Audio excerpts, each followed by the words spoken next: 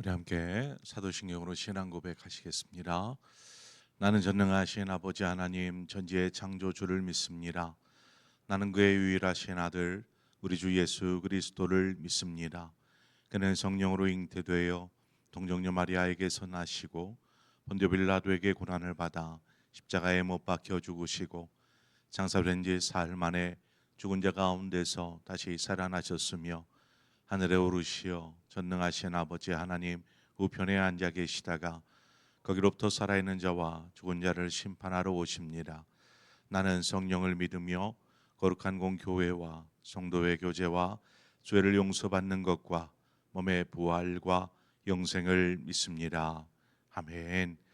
우리 함께 찬송가 176장 주 어느 때 다시 오실는지 아는 이가 없으니 시간 함께 찬송하도록 하겠습니다. 찬송가 176장입니다. 찬송가 176장.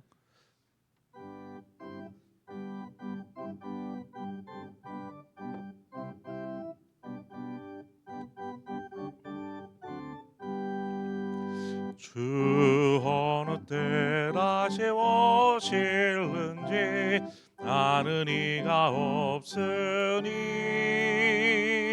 등 밝히고 너는 깨어 있어 주를 반겨 맞으라. 주 안에서 우리 몸과 마음이 깨끗하게 되어서 주 예수님 다시 오실 때에 모두 기쁨으로 맞으라. 주 오늘에 다시 오신다면 부끄러움 없을까. 잘하였다 주님 칭찬하며 우리 맞아주실까.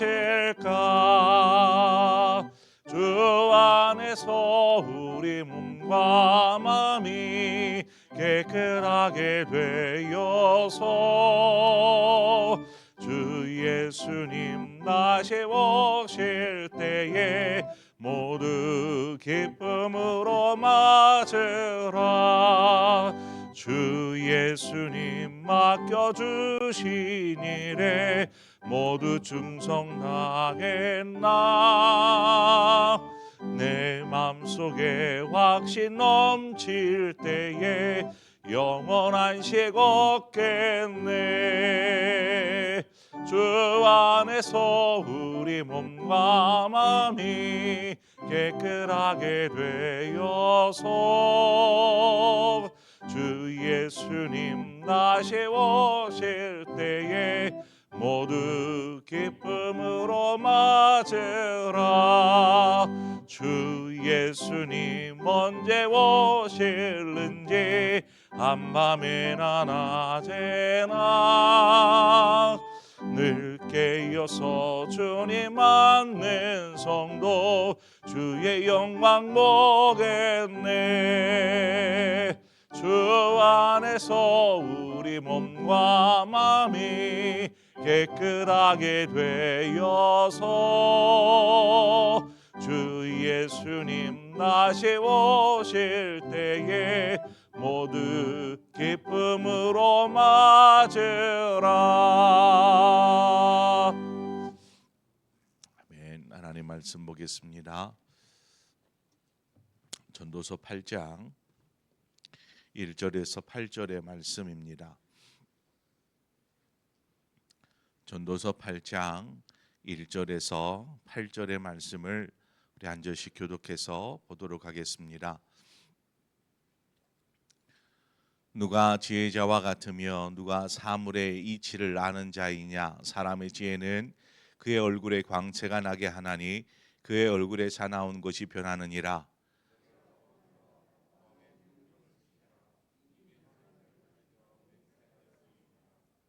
왕 앞에서 물러가기를 급하게 하지 말며 악한 것을 일삼지 말라. 왕은 자기가 하고자 하는 것을 다 행함이니라.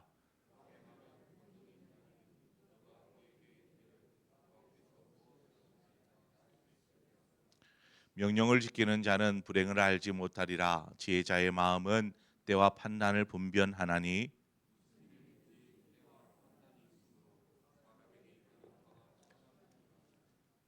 사람이 장래의 일을 알지 못하나니 장래의 일을 가르칠 자가 누구이리야.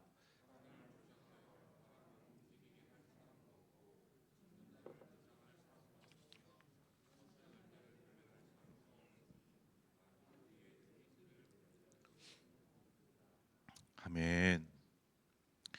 지혜 있는 사람과 지혜가 부족하거나 없는 사람 분명히 차이가 나겠죠. 어떤 차이가 있을까요? 두 가지로 생각해 볼 수 있을 것 같습니다. 내적인 차이, 또 외적인 차이. 내적인 면에서의 지혜가 있다라는 것은 뭔가 어떤 옳고 그름을 판단하는 분별할 수 있는 거 있게 됩니다. 지혜가 있으므로 어느 것이 옳은 것인지 어떤 것이 그릇된 것인지 어떤 것이 선한 것인지 어떤 것이 악한 것인지를 분별하게 됩니다. 무엇보다도 어떤 그러한 분별함이 있게 되면 어떤 상황이나 환경에 따라서 자신의 감정이 위청거리지 않죠. 그래서 감정에 휩쓸리는 행동, 말 이런 것들을 하지 않게 됩니다. 이렇게 우리 내면에 어떤 지혜가 있음으로 인하여서 당연히 우리의 내면이 안정감을 느끼게 되죠. 이 내적인 안정감은 그냥 겉으로 드러나게 되어 있습니다. 어, 진실됨은 이렇게 뭔가 아닌 그 겉으로 드러나는 것이죠. 거짓됨이나 혹은 뭔가 사실을 은폐하려는 술수나 이런 것은 아무리 감추려고 해도 표정이나 혹은 행동을 통해서 드러나게 되어 있습니다. 왜냐하면 거짓을 사실로 감추기 위하다 하려다 보니까 뭔가 불안하고 초조하고 이러한 마음들이 겉에 얼굴에 드러나는 것이죠. 마찬가지입니다. 지혜가 있거든. 그 사람 안에 지혜가 있으면 그 지혜가 그 사람의 마음을 내적인 안정감 속에서 편안하게 드러나게 합니다. 성도에게는 하나님을 아는 지혜가 있습니다. 또 그것이 필요하죠. 하나님을 믿는 것에만 머무르지 않고 하나님을 알아가는 것입니다. 그렇게 하나님을 알아가면 어떤 변화가 생기느냐? 우리 안에 하나님 닮은 성품들을 조금씩 배워가게 되어 있습니다. 하나님 닮은 거룩한 성품을 닮아가고 그의 선하신 성품들을 닮아가고 이렇게 하나님을 알수록 우리 하나님을 닮아가게 되어 있습니다. 마찬가지로 주님을 따르는 주님의 제자의 길을 가는 우리는 주님을 닮아가는 것이죠. 그래서 하나님을 품고 살아가는 사람은 세상 사람들과 구별될 수밖에 없습니다. 구별되어지는 것입니다. 여러분 하나님 앞에서 우리는 스스로 하나님 앞에서만큼은 정직해야 합니다. 사람 앞에서 나의 죄를 막 이야기하는 사람은 없을 것입니다. 나의 허물과 잘못을 막 이렇게 이야기하고 다니는 사람은 없습니다. 될 수 있으면 자신의 약점이나 자신의 죄악이나 자신의 어떤 그릇됨들은 감추려고 하죠. 그러나 하나님 앞에서는 우리는 그 무엇도 감출 수가 없습니다. 그래서 하나님 앞에서 정직해야 합니다. 하나님을 아는 지혜는 우리를 하나님의 우리의 죄에서부터 벗어나게 하고 그래서 죄에서 떠나 거룩한 삶을 살 수 있도록 도와주는 지혜입니다. 그래서 하나님 앞에 진실되고 정직되게 구하는 것입니다. 그렇게 구하고 회개하다 보면 우리의 신앙과 삶이 어느 순간 하나님이 기뻐하시는 삶의 모습으로 변화되어져 가는 것이죠. 오늘 본문 2절에 보면 내가 권하노라 왕의 명령을 지키라 이미 하나님을 가리켜 맹세하였음이니라 이야기합니다. 저자인 솔로몬이 자신 왕으로서 여러분 왕의 명령에는 다 따르고 순종해야 합니다라고 이야기하는 것처럼 들립니다. 여러분 그런데 만약에 그릇된 왕 정말 그 왕으로서의 어떤 뭐라 그럴까요? 품격, 자질, 뭐 이런 것들을 전혀 갖추지 않은 그릇된 왕은 결국 자신의 사리 사욕만을 생각하겠죠. 그러다 보면 나라가 어떻게 되겠습니까? 자신이 누릴 것, 자신이 원하는 것, 자신이 생각하는 것만을 생각하지 국민이나 나라는 전혀 안중에도 없다라고 한다면 나라가 어떤 모양이 되겠습니까? 그 나라는 패망할 수밖에 없죠. 반면 지혜로운 왕이라면 백성들을 살필 것입니다. 국민들을 살피고 나라를 정의롭고 바르게 세워갈 것입니다. 지혜 있는 왕이 다스릴 때에는 왕의 명령에 순종해야 합니다. 또한 왕의 권위와 권세가 하나님께로부터 부여된 것이므로 더더욱 순복해야 합니다. 그렇다고 왕이 자신이 가진 권력을 부당하게 사용하며 또 신하들에게 잘못된, 죄악된, 그릇된 명령들을 한다라고 하면 그것에 대해서 무조건 복종해야 할까요?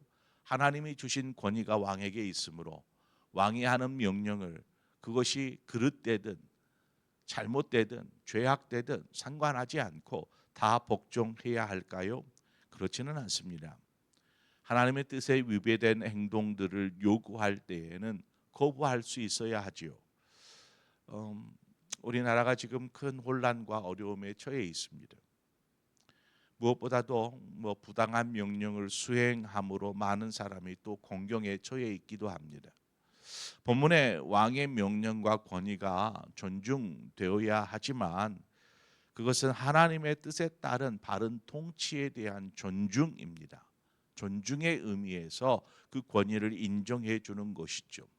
충성스러운 신하는 무조건 복종하는 것이 아니라 잘못된 길을 갈 때 그것이 옳지 않다라고 충언할 수 있는 사람이어야 합니다. 과거 왕이 다스리던 때에 우리나라의 경우에 왕의 그릇됨으로 충성스러운 어떤 그런 충언을 아끼지 않는 신하들, 이러한 신하들을 위배시킵니다. 위배. 섬이나 또 먼 곳으로 위배를 시키죠. 나중에는 이제 사약을 내립니다. 사약을 여러분 드라마나 이런 걸 보면은 보셨을 테지만 신하가 충성스러운 신하가 이렇게 왕으로부터 사약을 받으면 왕이 있는 곳을 향하여서 엎드려 절을 합니다. 도성을 향해서 절을 하고 사약을 받죠. 왜 그렇습니까? 왕이 지금 잘못된 길을 걸으면서 잘못된 뭔가 옳고 그름을 판단할 수 있는 지혜를 잃어버리는 우매한 어리석은 왕이 잘못된 선택으로 충성스러운 신하를 내쫓아서 그에게 사약을 매기는 곳입니다. 도성을 향하여서 절을 하고 사약을 받죠. 그 사약을 받을 때에 그 마음, 엎드려 절을 할 때에 신하의 마음이 어떤 마음인가? 그것이 바로 왕의 권위를 존중하는 마음입니다. 왕의 권위는 분명히 존중되어져야 하지만 그릇된 통치 앞에서는 사약을 들 수 있는 신하가 되어야 하지요. 그릇된 왕은 분명히 하나님께서 심판하십니다. 그 권위가 하나님께로부터 나왔기 때문이죠. 역사를 보면 우리가 알 수 있지 않습니까? 지금껏 잘못된 통치를 일삼는 이들은 그에 따른 처벌을 받았습니다. 역사가 이것을 증명해 줍니다. 아무리 숨기려 해도 역사 앞에서는 정의를 숨길 수가 없습니다. 역사가 우리에게 가르쳐 준 지혜이죠. 지금 우리나라의 정세를 생각하면 할 말이 많지만 일부러 말을 아끼겠습니다. 이런 때일수록 그리스도인이 깨어 있어야 하고 지혜 있는 생각과 또 바른 행동을 해야 합니다. 아무리 지혜를 가진 왕이라 할지라도 문제가 없는 것은 아니었습니다. 솔로몬의 경우를 보십시오.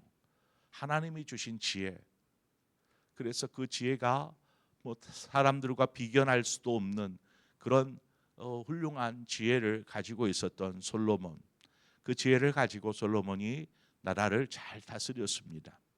그래서 아버지 다윗 왕 때보다 더 넓은 영토를 차지하고 그렇게 나라가 부강하게끔 만들었던, 그래서 이스라엘의 그냥 뭐 통일 왕국 시대 가장 황혼기, 가장 그 전성기였을 때를 이 솔로몬 왕이 다스릴 때 그때였습니다. 그러나 솔로몬의 치세 말기에 가면서부터 이스라엘이 쇠락해 가기 시작합니다. 우상으로 인하여서 이제 하나님을 섬기는 나라인가 우상의 나라인가를 구분할 수 없을 만큼 우상이 이스라엘을 차지하기 시작합니다. 그 이유가 뭐였습니까? 솔로몬이 주변 나라에 있는 공주들과 정략 결혼을 합니다. 이것은 솔로몬의 지혜에서 나온 것이었습니다. 주변의 나라들의 공주들을 데려와서 정략 결혼을 하면서, 그러면은 이제 관계가 어떤 관계가 되겠습니까? 친밀한 관계가 돼요. 전쟁을 치르거나 서로 막 긴장을 하고 있거나 뭐 이런 관계가 아니라 공주가 와 있으니까, 공주가 왕에 이렇게 첩이 되든지 뭐 되어 있으니까 뭐 싸울 일이 없죠. 그래서 솔로몬 때에는 전쟁이 없습니다. 다윗 왕 때에는 그냥 온통 전쟁이었다면 솔로몬 때에는 전쟁이 없어요.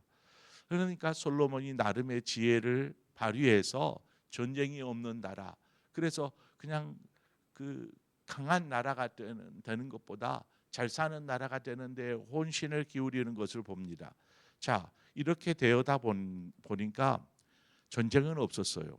그렇지만 그 공주들이 이스라엘에 들어오면서 우상을 가지고 들어오지 않습니까?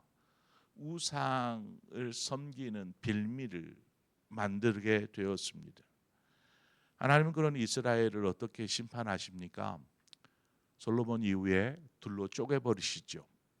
원래는 솔로몬 때에 하나님께서 심판하시려 하셨지만 다윗을 생각하여 심판하지 않습니다. 무엇을 말하는 것입니까? 하나님이 주신 지혜를 가지고 있다 할지라도 그것을 소유한 사람이 그것을 잘 사용하지 않으면 그 지혜가 그를 넘어뜨리게 하는 도구가 되어버리는 것이죠. 세상을 사는 지혜도 필요하지만 무엇보다 필요한 것은 하나님을 아는 지혜입니다. 하나님을 아는 지혜. 5절 중반 이하를 보면 지혜자의 마음은 때와 판단을 분별한다라고 말하고 있습니다. 다윗이 사울을 피해서 도망자의 삶을 살았죠. 무려 15년입니다. 15년 동안 도망자로서 살았습니다. 사울 왕의 그 잘못된 통치, 그릇된 통치로 인한 피해를 다윗이 받았던 것이죠. 사울 왕을 피해 도망 다닐 때에 사울 왕을 죽일 수 있는 기회가 몇 번 있었습니다. 그런데 다윗이 그 기회를 그냥 버리죠. 왜 그렇습니까? 하나님께서 기름 부어 세운 왕을 내가 해할 수 없다라는 것이었습니다. 그러니까 그 왕의 권위가 하나님께로부터 비롯된 것이기에 내가 하나님을 대신하여 저를 심판할 수 없다라는 것입니다. 그러나 시편에 보면 다윗이 도망자의 삶을 살 때에 기도 혹은 찬양이 나옵니다. 그런 다윗의 노래를 보면 하나님께서 공의로 세상을 다스리시며 악을 심판하여 주실 것을 이렇게 기도하죠. 이것이 진정한 지혜자의 모습이라고 할 수 있습니다. 어떤 판단을 자신이 내리고 자신이 아니 이것은 내 판단에 이것이 옳고 선하다 하여서 행동으로 옮기는 것이 아니라 하나님의 때를 기다리는 것입니다. 하나님의 때, 하나님께서 심판하실 것을 알기 때문이죠. 그래서 결국 지혜로운 사람은 이 땅에서 일어나는 어떤 혼란에 빠져드는 것이 아니라, 휩쓸리는 것이 아니라 하나님을 전적으로 신뢰함으로 하나님의 뜻을 구하고 하나님의 때를 기다리는 사람이더라는 것입니다. 그랬더니 결국 하나님의 때에 다윗을 세우시고 또 이스라엘의 왕으로 세우셔서 그를 40년 동안 이스라엘을 다스리는 위대한 다윗이 되게 하지 않습니까? 우리는 사회적 혼란으로 먹고 살기 힘들어질 것을 두려워할 것이 아니라 하나님의 심판을 두려워해야 합니다. 하나님의 심판, 그 무엇보다도 위험한, 그래서 성도는 바로 그날을 준비하는 성도여야 합니다. 사람이어야 합니다. 지금 당장 내 눈앞에 살 길을 찾기 위해서 이것이 아니라 하나님의 심판을 두려워하며 하나님의 때를 기다릴 수 있는 사람, 바로 그 사람이 지혜 있는 사람이더라는 것입니다. 하나님의 지혜는 솔로몬이 받았지만 오히려 솔로몬보다 다윗이 더 지혜로운 삶을 사는 것을 보게 됩니다. 하나님을 더 깊이 있게 알기 위해서 힘썼고 하나님의 마음을 쫓아 살았고 그 마음을 따라서 분별하면서 지냈던 다윗, 이러한 다윗의 삶과 같이 우리가 하나님을 아는 지혜를 통해서 하나님의 때를 기다리고 또 그 때를 분별할 수 있는 그런 지혜로운 마음이 저와 여러분의 삶 가운데, 영혼 가운데 있기를 축원합니다.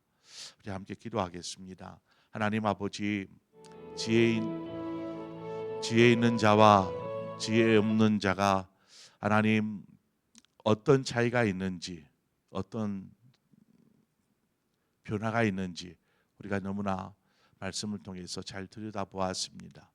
어리석은 판단과 선택, 어리석은 행동을 함으로 이를 그르치고 자기뿐만 아니라 공동체까지도 그르치는 그러한 어리석은 사람이 아니라 지혜로운 사람이게 하여 주옵소서. 지혜로운 사람이다 하여서 넘어지지 않는 것이 아님을 보게 됩니다. 그러므로 우리가 구해야 될 것이 하나님을 아는 지혜를 우리에게 주시옵소서. 하나님의 마음을 알게 하여 주시고 하나님의 때를 기다리며 하나님의 때를 분별할 수 있는 그러한 지혜를 우리에게 허락하여 주셔서 우리의 가는 길 여정 속에 하나님 함께 하시고 또 하나님이 기뻐하시는 길로만 걸어갈 수 있는 우리 모두가 되게 하여 주시옵소서. 예수 그리스도의 이름으로 기도합니다. 아멘. 이 시간 우리 함께 기도할 때에 오늘 말씀을 생각하면서 하나님을 알게 하여 주옵소서. 하나님의 마음이 무엇인지, 하나님의 뜻이 무엇인지에 우리가 더 많은 관심을 갖게 하여 주옵소서. 내 삶이 편안하기 위한 관심이 아니라 하나님의 마음을 향한 관심입니다. 그것이 바로 하나님을 아는 지혜고 그 아는 지혜가 우리를 항상 선한 길, 생명의 길, 진리의 길로 인도하여 주실 줄 믿습니다. 오늘 이 시간 그것을 위해서 기도하고 더불어서 또 교회와 이 나라를 위해서 이 시간 함께 기도하고 여러분 각자의 기도의 제목으로 기도하시다 자유롭게 돌아가시겠습니다. 함께 기도하겠습니다. 주신 하나님 아버지, 은혜와 사랑을 감사합니다.